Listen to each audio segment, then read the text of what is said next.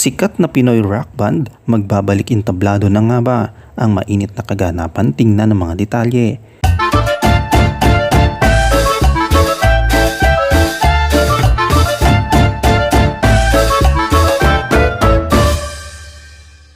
Nag-hold ng mga hininga ang mga tagahanga ng lokal na banda ng River Maria matapos maglabas ng teaser online na tila nagpapahiwatig ng paparating na pagtitipon o concert kasama ang classic lineup ng minamahal na banda noong dekada 90. Noong Martes, October 31, nag-upload ang Live Nation Philippines sa social media ng isang 5 segundong ad na nagpapakita ng malabong mga larawan ng 4 na individual na nagtatapos sa petsa ng 2/17/2024. Ibig sabihin, gaganapin ang kaganapang ito sa 17th ng February 2024. Inakala ng mga tagahanga ng 4 na lalaki sa larawan ay sina Bambo Manyala, Rico Blanco, Mark Escueta at Nathan Asarcon.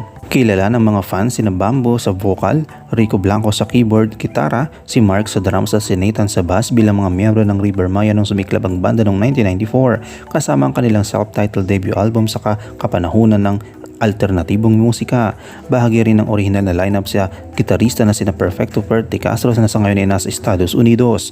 Lumisan si Ferb sa banda noong 1995 na nag-iwan ng 4 na miyembro sa River Maya nang sila ay mag-record ng kanilang pangalawang album na Trip noong 1996 at ikatlong album na Atomic Bomb noong 1997.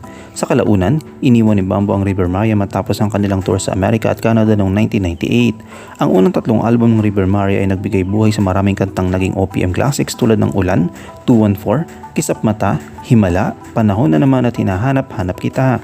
Patuloy ang banda sa musika kahit na umalis si Bambo at naging matagumpay pa rin sila sa tulong ni Rico Blanco na siyang pangunahing mga awit at manunulat ng kanta.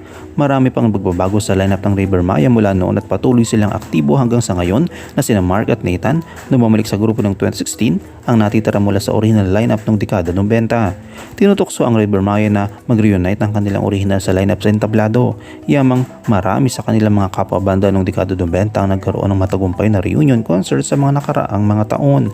Ngunit itinuturing ng mga tagapamasid na ilang dahilan kung bakit hindi malabo ang pagkakaroon ng reunion ng mga dating miyembro, kabilang ang patuloy na aktibong banda at ang abalang schedule sina Bambo at Rico.